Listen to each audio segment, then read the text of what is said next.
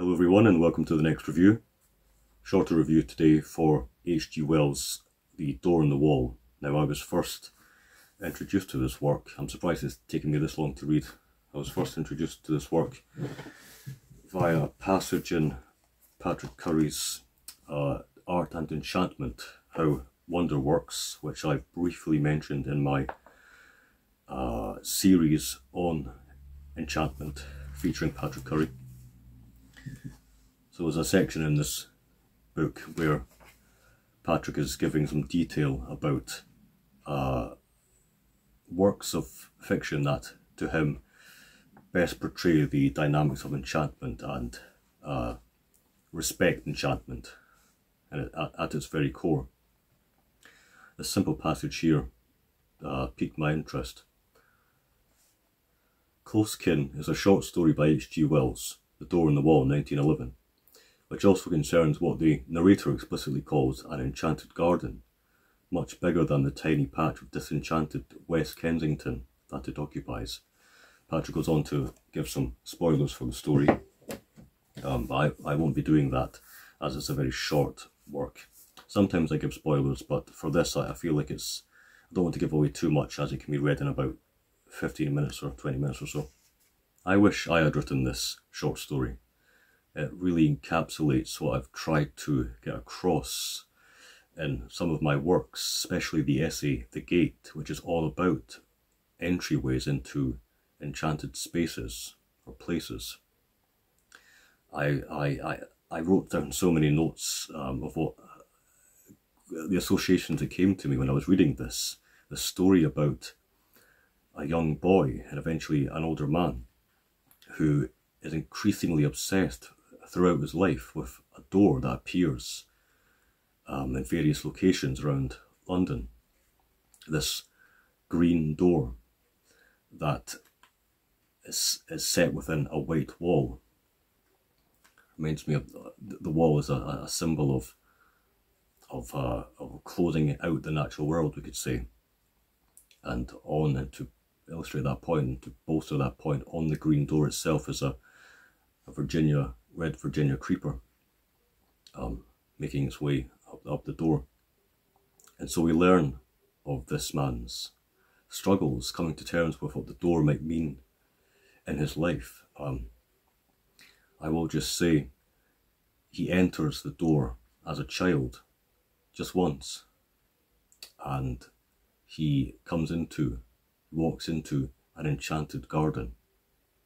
This is so close in association to the computer game Gorogoa, one scene of which involves a young boy entering a gateway, a doorway, a passageway into a garden.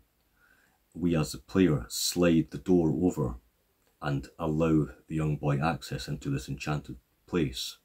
It reminded me very much of that.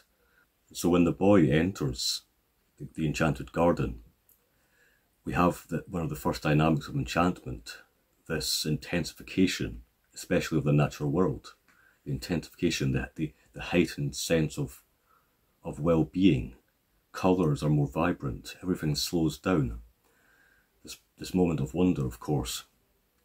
And it very much reminded me of of course there are many different portrayals of this kind of enchantment in literature, but I'm reminded of Dunsany's exploration of Elfland.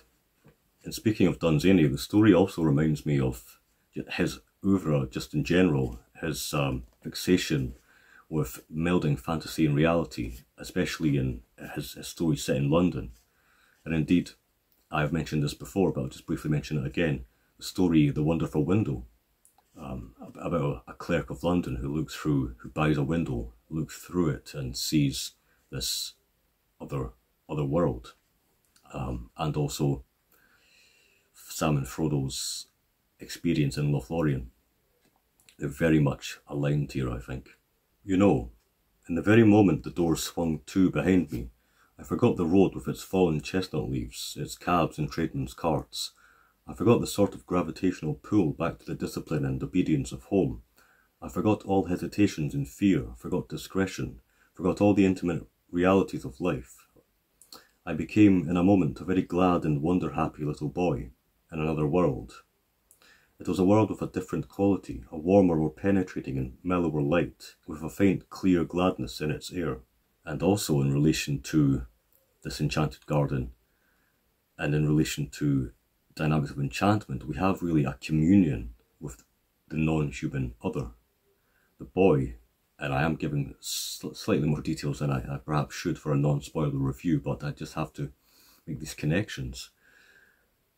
The boy meets two panthers as soon as he enters the enchanted garden, and it reminded me of Elfland again, when, as Alveric comes close to the twilight border and he enters, or is close to entering Elfland, he feels that he is in communion with the animals, with the birds and on the heath. There are just so many details that aligned with things that I have written about, characters that I have created and so forth. It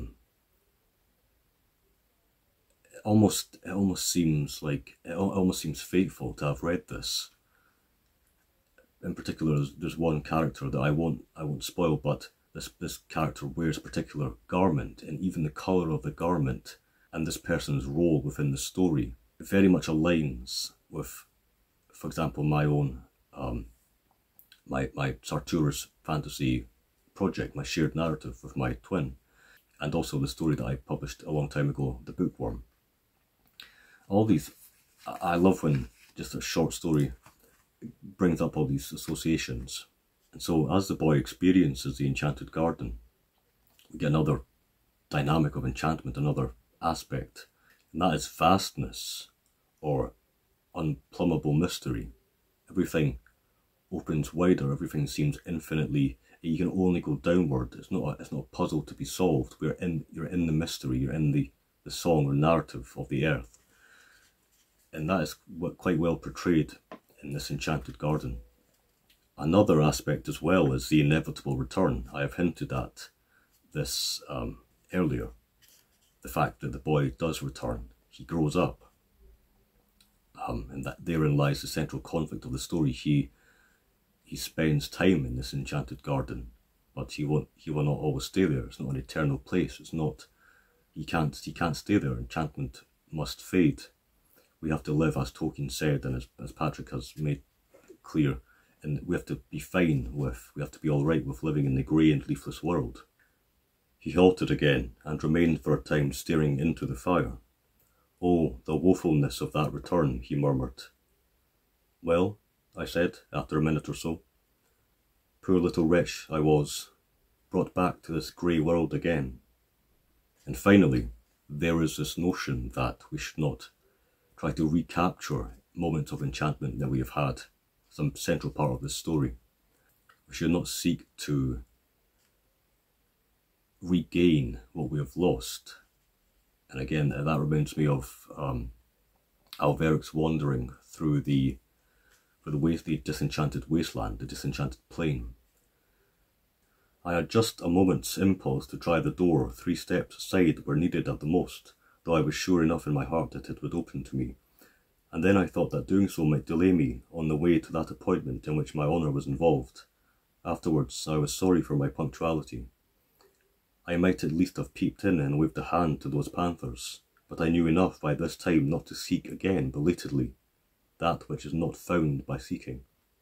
And so, seeking not to give any real spoilers for the overall trajectory of the story, I'll just read this passage near the end. You can make up your mind about what happens to the protagonist, and I obviously highly recommend the short story, well worth your time.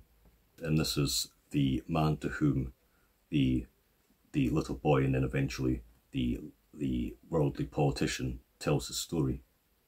You may think me superstitious, if you will, and foolish, but indeed I am more than half convinced that he had, in truth, an abnormal gift and a sense, something, I know not what, that in the guise of wall and door offered him an outlet, a secret and peculiar passage of escape into another and altogether more beautiful world. Thanks for watching, everyone. Till next time.